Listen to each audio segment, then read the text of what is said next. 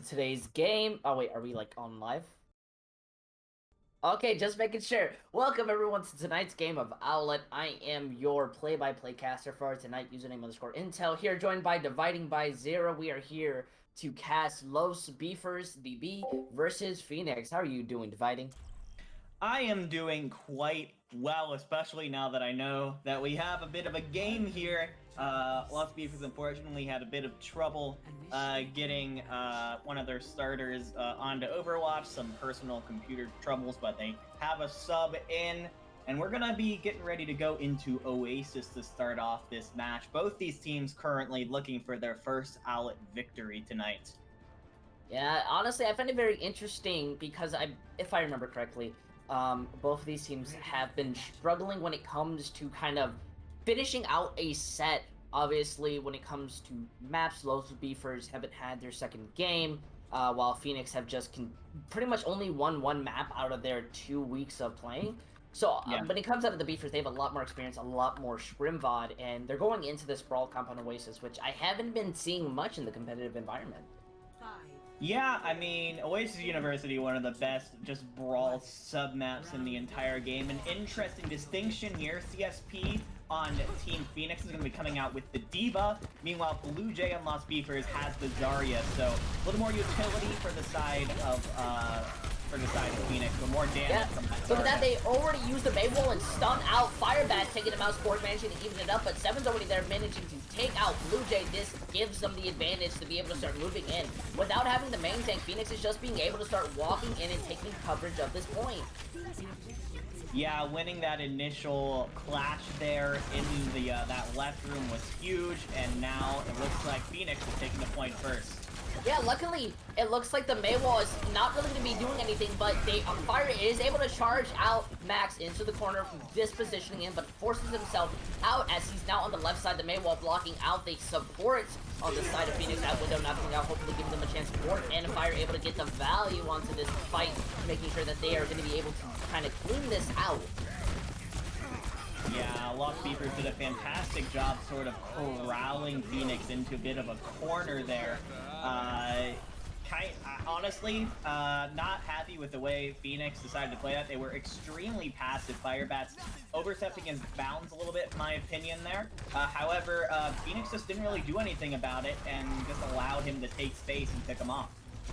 Oh, I 100% agree. Now Seven has a Blizzard, and they're just going to be walking in with the high noon support, making sure that they cannot move up. Manages to find Net, puts the advantage on their side, as well as they have no immortality. They don't have the D.Va mech. They managed to get Beast, and now that massive shatter comes out from Max. But they're going to be able to try to walk out. They want to get some value even when they don't have the advantage into the fight. The Blizzard going in, hopefully to slow them down the sound barrier, making sure to sustain the Zarya as well. Now they're using the windows to hopefully Spork, managing to find out Max, and it looks like on the side of Phoenix, they want to back out. They look so unsure when it comes into this fight, especially with Fire returning into this battle. Yeah, I mean, Max uses the Shatter early in the fight to take out a couple. Oh boy, alright, we got a bit of a charge coming in from Yeah, Max, look at that Fire just walking into the... He just goes in the backline, the Blizzard and Graviton starts being used to sound barrier, helping them to keep up alive. Same with the immortality, but it doesn't really matter. They're just able to melt right through it, and it looks like Phoenix are just gonna go back to the spawn. How has Firebats, like, not died yet? Like, I think he got shattered once and then died, but this dude just keeps playing so far in front of the rest of his team. But I think he does it with the confidence that his supports will be there. Tannenbone and Mankey doing a fantastic job keeping this guy alive. Frankly, he should have been dead to rights like 3-4 times now. But as it is, Lost Beaver is currently just one fight away from taking this first match.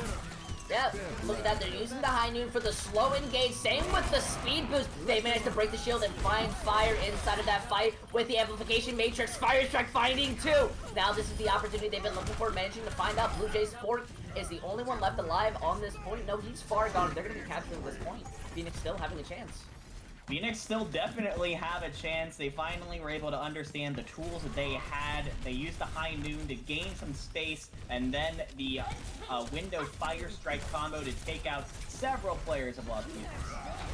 Look, Phoenix already went engaged with that Diva Bomb. 8 gets blocked. They don't attempt to charge it. Now that wall's gonna be splitting them up again. But 7 does use the wall to save them. The Shatter comes out, hits the Mei wall, doesn't end up actually hitting anyone on the enemy team. So now they're going into this brawl while Beefers does have the ult advantage. Through that window and the Shatter. Unfortunately, not able to hit anyone, but that window is causing them to LOS to the right side of the map. Now they're gonna be breaking that Mei wall, hopefully, so they can start having the opportunity. 7 died with the Blizzard. He had just gotten in. Now they're just able to start walking in. Sport using High Noon to finish off this fight. That's so unfortunate.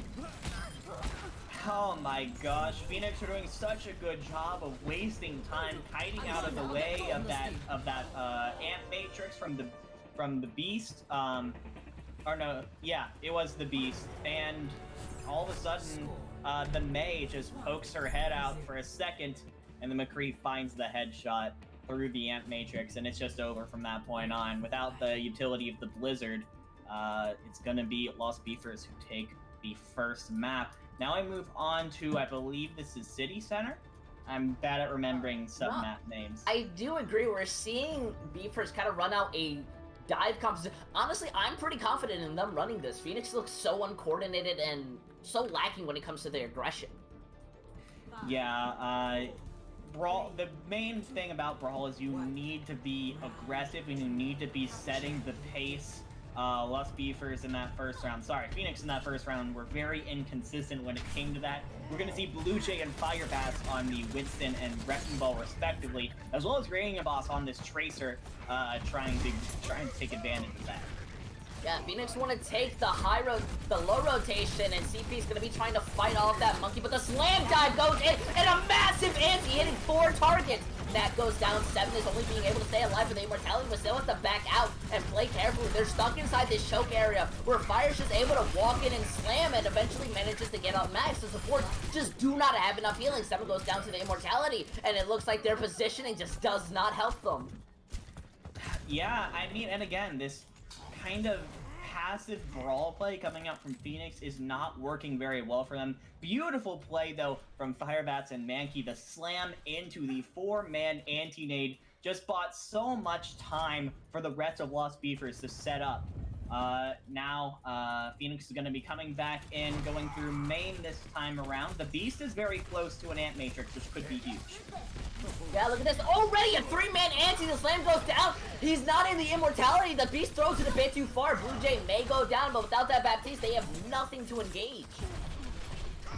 Yeah, just more time bought for Lost Beefers here, and even more by the Mines, just wasting so much time as that percentage keeps on ticking and ticking up. Honestly, Lost Beefers are just preventing Phoenix from getting anything done, and that's being shown in the ult charges. Look at this. They're finally making the rotation onto the high ground. That pulse bomb hits the wall, doesn't able to hit anything. Pulls a profit, immortality on that high ground, allowing them. But that Primo forces them off. Same with the High Noon, managing to find out 7 with the boot. And Vic, Nat, the tanks are just destroying them right now. Looking like they need to just kind of make some pressure, make some space. And once again, Phoenix are just back into the spawn room, 76%, 78% and continuing. Very early immortality field committed from the Beast there. I can't say that I agreed with it. No one from his team was in any super big danger, I feel. And then that just allowed Firebat and Blue Jay to get massive value from their ultimates and just general disruptive nature. They just don't seem to know how to deal with this Phoenix. And now Blue Jay's nanoed, he's going in. Yeah, just like a monkey, his Uranium is able to find out Nat. That's massive. He's not going to be able to build up that high news fork. Now goes down Mankey, managing to get these picks. And look at this, you're basically just walking on the Phoenix. Sure, that pulse, that Diva Bomb may come out, but by the end, your team is dead, and you really didn't get to commit or charge up any ult. If I'd have to say, Beefers very dominantly showing their map, showing that they want to win this map. Yeah, Lost Beefers very clearly the superior team in that map. I think the overall percentage score is probably like 200% to like 20 or 30 something percent. Lost Beefers showed, I mean, this is a collegiate team pretty much who's coming in on their own branding into Owlet, and you can tell that these are a bunch of guys who have played with each other for a while. They understand how they like to play. and they are doing a very good job both on the brawl and on the dive compositions in keeping pace with each other. While on the other side, Phoenix seems to not really know how they want to play this brawl comp. The point of a brawl comp is you want to just run into the enemy team, get as close range as possible, and just deal massive amounts of damage. But Phoenix are having a really hard time closing the gap, and when they do, they just get destroyed by the superior damage output of Beefers. Yeah, honestly, I got to cast both of these teams individually against other people, and we're going into Junkertown. Honestly, just from that dive composition that we saw Beefers run, I really feel that they're going to be having the advantage, especially from the fact that Spork is getting so much value on characters like McCree that I feel like if you put him on a sniper, he's going to take those angles and just begin to shut people down. Yeah, absolutely. It seems like Beefers have figured out how to get their main off-tank in. Harambe has arrived, and with that, we are going to be having several slots as Beefers, I think, go on to their more preferred sort of team comp. Phoenix seems to be just fine doing the same. I will say, though, Phoenix picking Junkertown is a little bit odd to me because, you know, maybe they have some sort of special comp planned here. Junkertown usually a place where some silly stuff is brought out. I would be a little nervous if they came out with the same sort of brawl comp because those short range comps do not fare well in the long sight lines of this map. You know, maybe it's that scenario where you have a Zarya specialist and you have a D.Va specialist, and that's what Harambe's in for. But obviously, going on to Junkertown, this is a heavy popular map when it comes to snipers, and most recently when it's come to Owlet, there's been a lot of double shield been playing.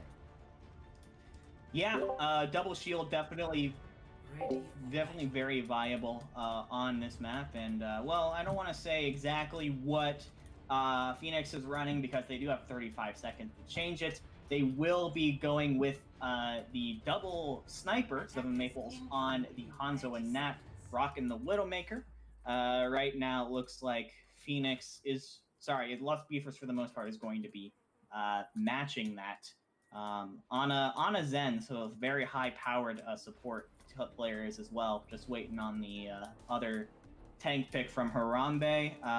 I would expect to see maybe a D.Va, maybe an Orisa, something like that. Harambe still hasn't picked, by the way. I'm worried. And they asked for a P immediately as the door opened. Harambe's having some Wi-Fi issues. That's so terrible, because I don't believe they're going to be able to sub anyone out if Harambe just can't pick a hero. Yeah, seems like there is some technical difficulties on the side of Harambe. The guy, I think this is the guy who was having trouble getting BattleNet open, so Blizzard servers, what can we tell you? What can we tell you? Well, I can tell you what we're running on one side. Phoenix currently loading in on the sort of pig feet comp Sigma Hog, as well as the Zenyatta and the Mercy. This is a very high-powered comp that is designed around getting picks, whether that's from 7 Maples on the Hanzo, Nat on the Widowmaker, or CSP on the Roadhog, while Sigma is sort of at the front anchoring the whole thing. Yeah, I feel like this is going to enable Phoenix to play the kind of style that they wanted on Oasis. They were very split. They weren't focused. So I feel like this competition will allow them to just play solo comp style. But I'm worried because as we unpause, this composition could just easily be brawled into. Yeah, the problem is that Harambe finally gets to make his pick. It's going to be a Zarya, which is not a fast character, which means, Lost Beaver is going to have to be very passive for about 10 or 15 seconds while they wait for their off-tank to join the fight. Which means they're just giving up so much space right now to Team Phoenix. So many plays, and there's Nat getting the first pick on the Blue Jay. Yeah, but Uranium's also to pick off Nat. This is still even true. Never mind that Reds comes out, gives them the ability to play a lot more aggressively. Now Blue Jay just ignores playing Widow, just wants to go straight onto the Tracer. Harambe going dangerously low with the Discord. They waited so long, and for Harambe to be so low, they can't push in. Swark now gets caught out by one of the snipers. The charge goes right into that Roadhog, managing to push him out. So it's all left to the Sigma to make that space and get those angles. But look at that, Blue Jay already goes down, taken out by Nat. That Widowmaker giving them so much room to just play around. We see Fire not even being able to walk out because his shields are being pressured so much. If he drops it for a second, his support or his sniper can just be taken out. And now as they reach the corner, Zenyatta and Tracer are coming back into the fight. Still somewhat even. The anti-grenade only hitting out Max, and they're not going to be able to pressure it out, but they do manage to find 7 in net. The tank and support's managing to get this. The long charge from the downtown, and the rest goes right back on the 7. Don't know how bright that is. They're going to be giving more ult charge to Fire in a good second. Yeah, I mean, I think Phoenix did a pretty decent job at first when they had the long sight lines, which is when their composition really thrives. But on the other hand, Lost Beefers kind of waited until the tanks of Phoenix were forced to push into them close range, and that's where Firebacks and Harambe and even Blue Jay on the Tracer really gets a lot of value. You can see this team getting up pretty much to all 6 ultimates. No ultimates have been used at all. Matt's gonna kick off, but it's likely gonna be an ult fiesta here with the walls. Now, Walls gives them so much ability to see CSB able to find out Mankey. Now Fire, they've lost their main tank. Dragons goes out immediately, breaks down Harambe's bubble, and just kills him. Anyone who watches Cube video knows that hitbox can be ridiculous. Same, we're gonna be seeing Vic and what looks to be Beast go out deadly with the bullets. I do have to give a shout out to Nat here. She seemed to be very kind of iffy. She didn't have much impact, in my opinion, in the first map on McCree. She seems to be much more comfortable on the Widowmaker right now. These long-range snipers just might be more her style. There's the caster curse, though. Yeah, look, immediately they're going into that fight. The Prevented Flux slams down, finds support and off-tank. Transcendence keeping alive, and the counter Transcendence now being even. And it's all up for Fire to just run up. He's going to be looking to just build up an ult or find anyone, but he gets struck out as the CSP just manages to bring him down. It looks like they just weren't as coordinated or together. That late Transcendence really cost Mankey his life, and while Blue Jay is able to stall, Mankey's gonna come back and just end up giving more ult charge. Yeah, it's just a lot of desperation plays coming out there from Lost Beefers. I honestly would have preferred if they could have just took up positions on point B and went for an early hold there. There's a lot of high ground here on point B, which could have allowed them to really keep Phoenix in one spot for a long time with the amount of ults they had. Instead, they just kind of blew them all at once, and now, I mean, they had absolutely nothing to work with going into this next fight. 7 Maples coming up on a Dragon Strike on the other side. Yeah, honestly, Seven's been kind of... I think this is going to be his second Dragons into the game, so right now teams are even when it comes to ult charge, and they're planning very carefully. The double bubble wants to take their time. The hook comes out, manages to miss. Now the Monkey just wants to touch that point and put on that pressure. Anti-grenade hitting down, doesn't manage to really find a target. CSP now being pressured out by the Monkey, but he's just going to go down. The Dragons now looking to make that space. Uranium managed to get CSP, but he's just going to get res. Whole Roadhog doesn't really care about your feelings. Now Harambe is just looking to go out, but you're not the Monkey, and you'll just be dying regardless if you're not careful enough. Blue Jay also having to play very carefully, just looking to pressure people out. Harambe using that bubble just to make that space. A big answer thing going on. CSP managing to shut him down. They have no res. The pulse bomb going on, managing to find Max as well. And this is what they've been waiting for. Looks like the ball pick is just what they needed. I gotta point out, Mankey slept Max 35 right as the pulse bomb came out from Blue Jay, and he was not able to use his shield or anything to try and counter that pulse bomb. A beautiful sleep from him. Now we see a wholesale swaps from Phoenix. They're going to be going back to the They're going to be going back to the brawl composition, and it's going to be Vic even swaps onto the Lucio. Even though they were super close to Transcendence. Don't know how much I like that idea, because Uranium's coming up on that Dragons. They have the Nano, they have the Transcendence, and they're in the small room. Look at that, the Dragon just comes out, The immortality just barely keeping them alive. Uranium able to find Vic. Beast going down too. They now have no support. Uranium is still caught up, but the Reiner still being able to take him out. They invest 2 ultimates, but in the end, they build up a Graviton Surge, and they're going to be coming up with a Pulse Bomb very soon. I feel like this Brawl swap was very too late into the game.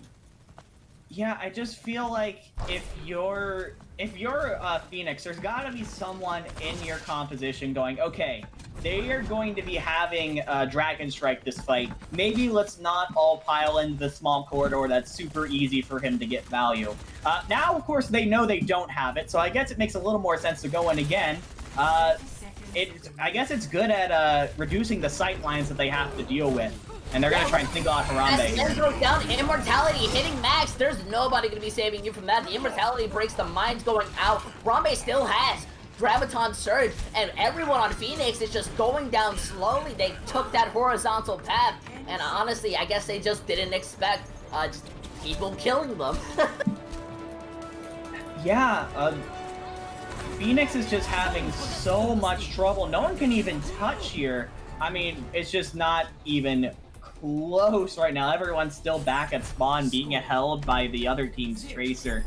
Phoenix had some promise when they were on the long-range compositions, but once again, as soon as they swapped on to Brawl, Lost Beavers had their number fully and completely.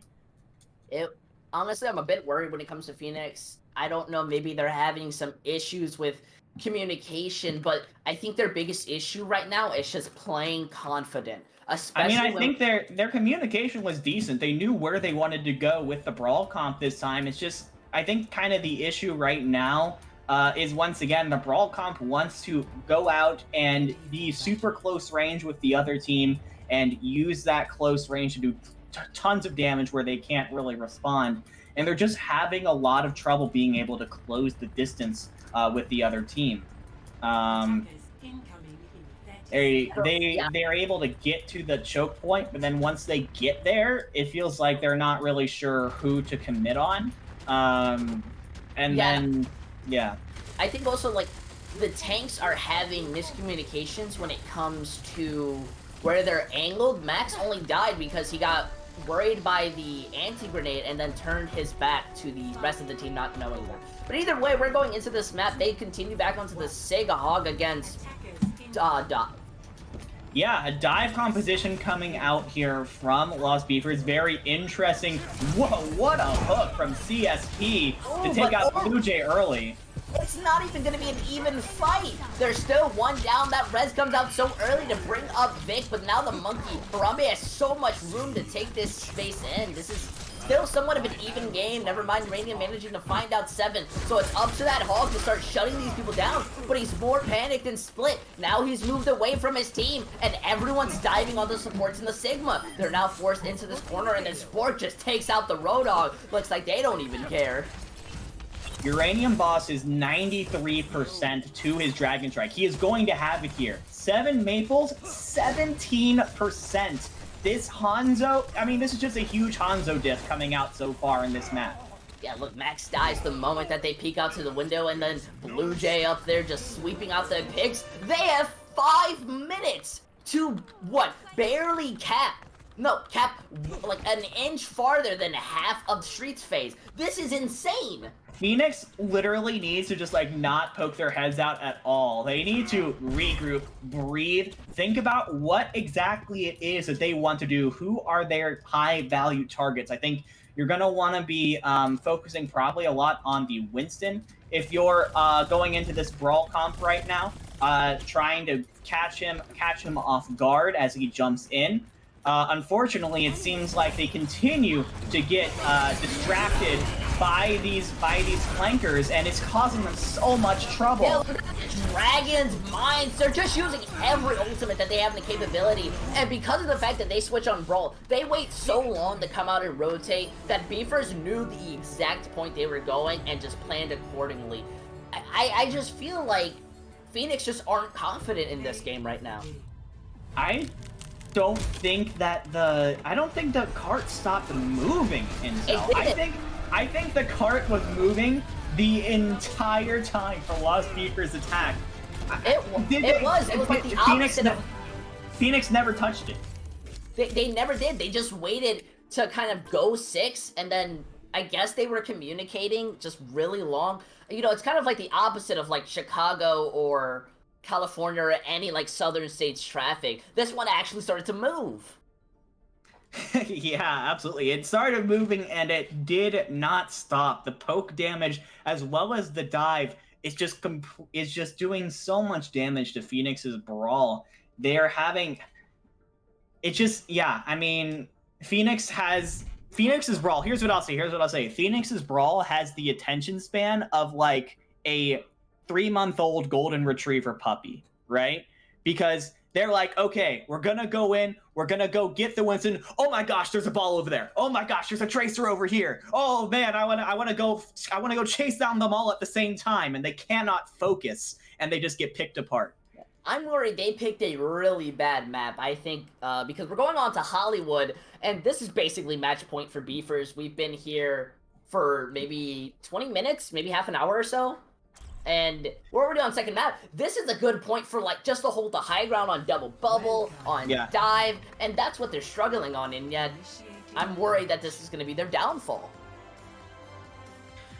Yeah, I think that Phoenix is going to be continuing to go on to this traditional Brawl comp that has been their comfort pick, it seems, where they seem to fall back on when they're having trouble. But they need to be playing this right, and I mean, with Blue Jay and Spork showing the For Mercy, it's going to be a lot of pressure on that McCree. Interestingly enough, we see a couple swaps come out from Harambe, but it seems they're very confident, and I don't even know what to call this. It's a Sig Ball defensive.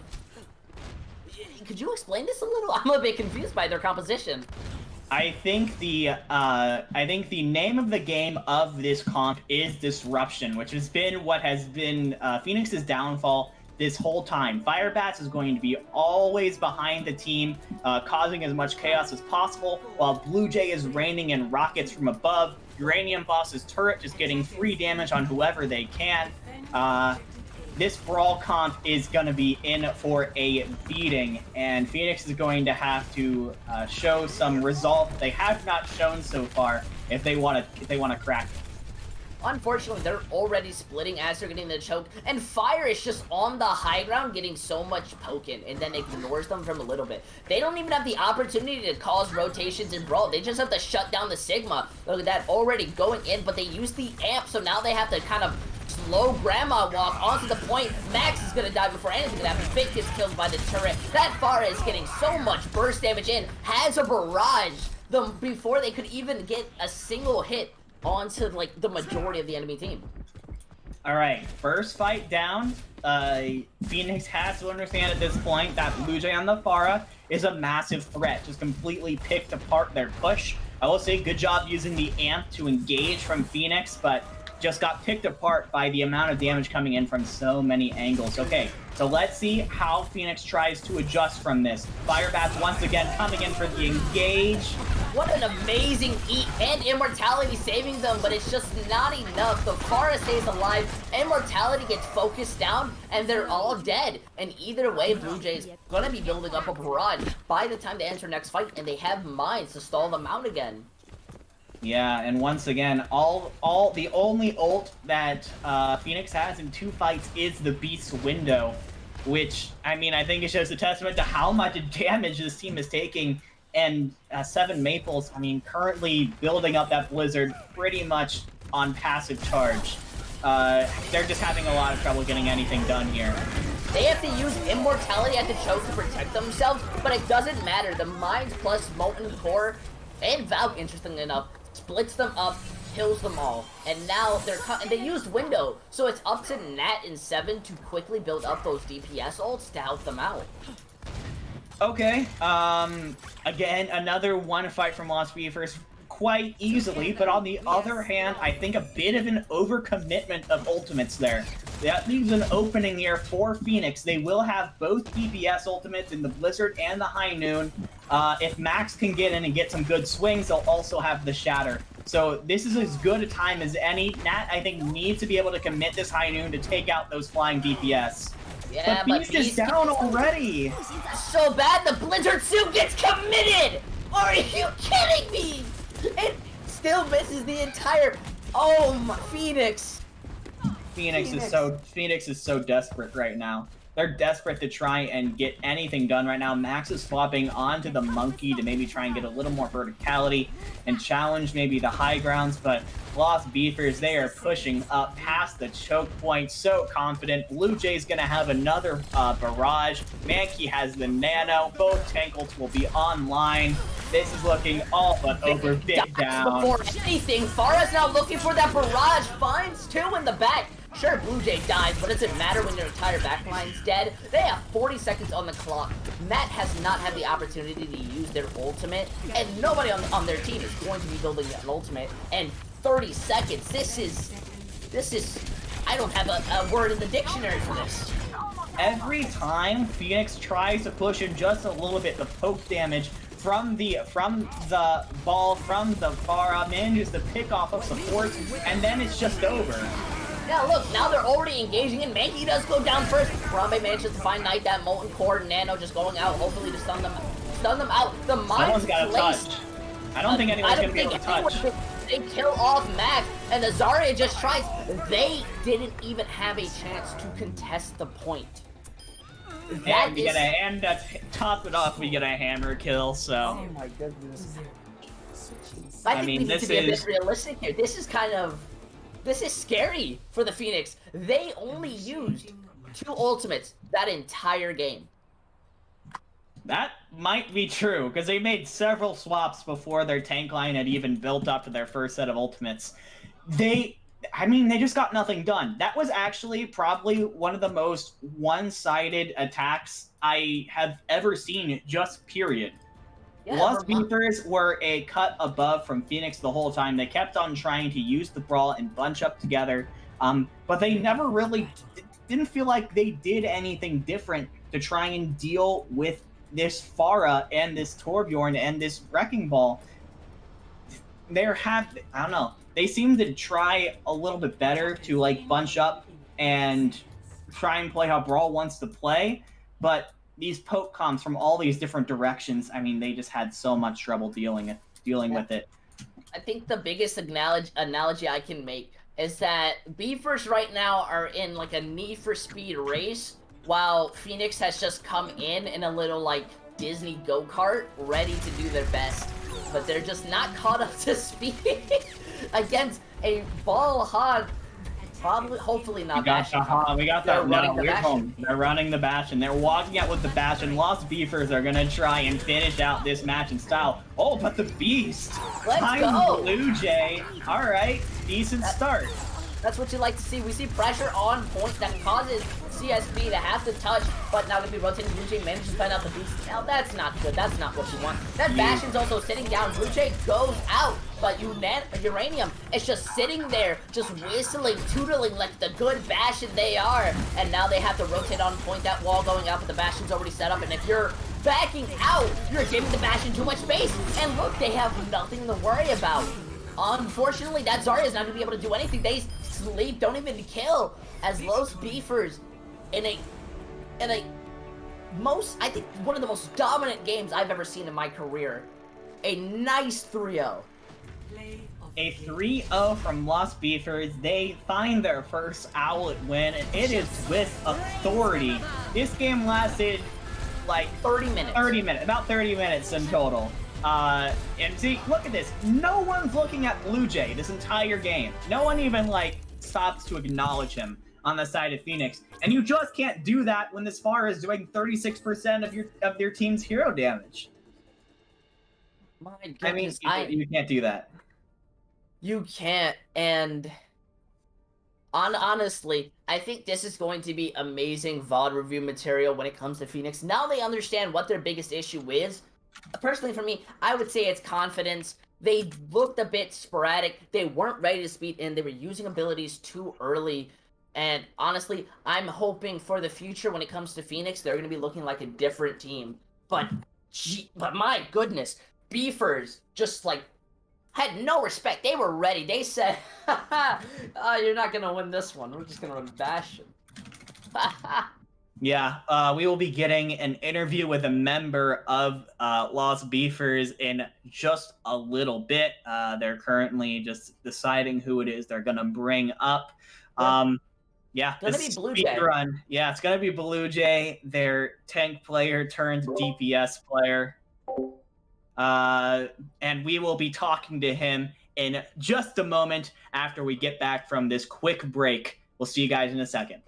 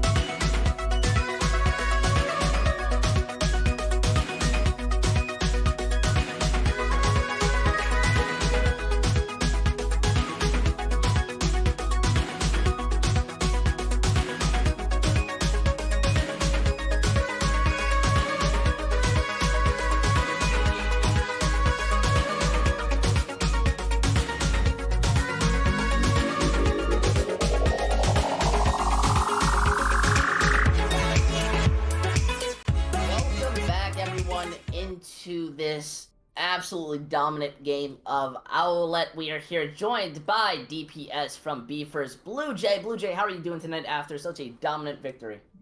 I'm not gonna lie, I'm feeling pretty good. Yeah, I think we all feel good Well, about the way that we performed, given that we were playing with a couple of subs at some points. before I let dividing go in, I just want to ask you one question, and it was, by the time you hit Hollywood, how were you guys feeling?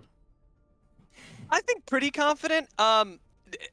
To let you in on a little secret, our coach doesn't want me to play Pharah on Hollywood defense, but I want to play Pharah on Hollywood defense.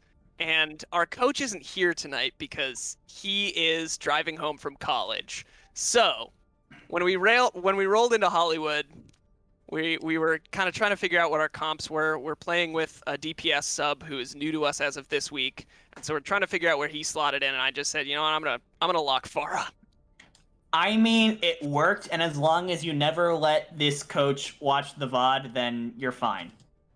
I do think that he was watching one of our guys' streams, and he put a message in stream that said that we're going to hell for nano boosting Torb in one of those fights.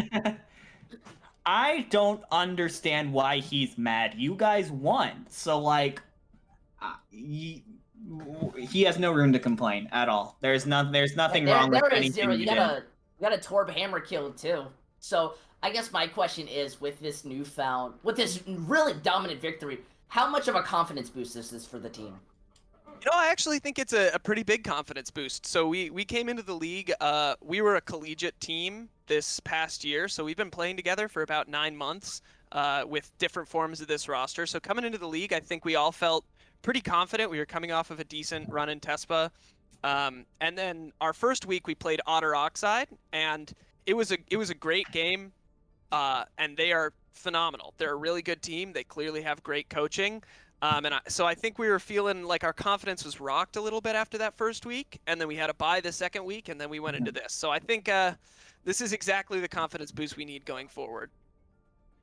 Yeah, absolutely. I wanted to ask you guys, we saw the Beefers team play a wide variety of comps today, from the brawl to the dive to the troll of the last map attack. I wanted to ask you, what comps do you think are like Lost Beefers' specialties? What do you think we'll be seeing you guys play a lot in the future? So like I said, we have been together for 9 months, so I think we pride ourselves on having played a lot of comps together and kind of gotten pretty good at a wide variety of strategies and comps. I think we're really strong on brawl in general, and I also think our dive is very, very good. Our main tank Queso Boys has just been absolutely grinding away on Wrecking Ball, and he's got some results to show for it. I'm sorry. Our tank duo of Firebats and Harambe have been practicing on the Wrecking Ball and the Monkey.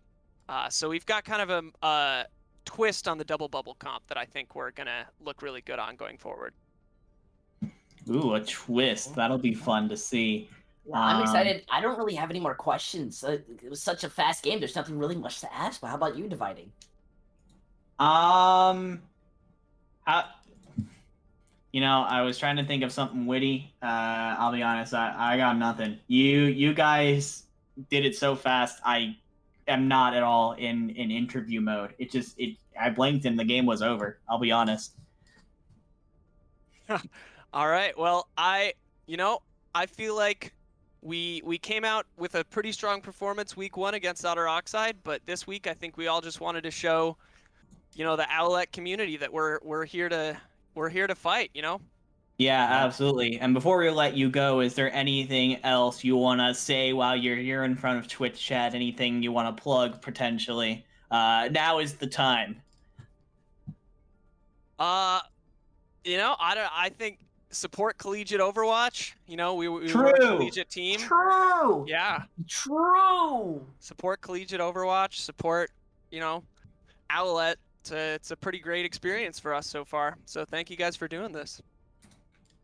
Yeah, absolutely. Congratulations on the victory today, getting Lost Beefers back to an even win-loss record. I, for one, will be very much looking forward to seeing where this team goes for the rest of the season. So congratulations once again, and have a great rest of your night. You too. Thank you. Oh my goodness, Dividing, I'd have to say that was, while a fast game, I'd have to say very enjoyable, but more of a learning lesson when it comes to Phoenix. Do you have any lasting words you would like to give for the lovely viewers at home? Yeah, I just think that the Brawl comp is great when it comes to close up and really fights where you're in each other's faces. But Phoenix had a lot of trouble today dealing with these comps that Beefers would play that would kite around their kind of mass and poke with these high damage DPS characters, and they just could not deal with it. So Phoenix either has to figure out how to negate those pokey comps, maybe with Diva defense matrices or better shielding or something like that, or they need to come up with a way to counter this, because any team that watches this VOD will now know that Phoenix is very weak to these kinds of compositions. So I think Phoenix is going to be back to the drawing board for a bit, trying to figure out how they're going to be going forward. However, Lost Beefers looking like a real threat coming down the stretch of stage 1 of Owlet. I really couldn't said it. I really could not have said it better myself. So everyone really listening in, I hope you enjoyed this very quick and dominant game. Definitely one to remember within the history of Owlet. Make sure to check out the other streams that are currently going on. Pretty sure they are still having some great matches. I am your play-by-play caster, username _Intel. That's dividing by 0, and we hope to see you next time. Bye-bye.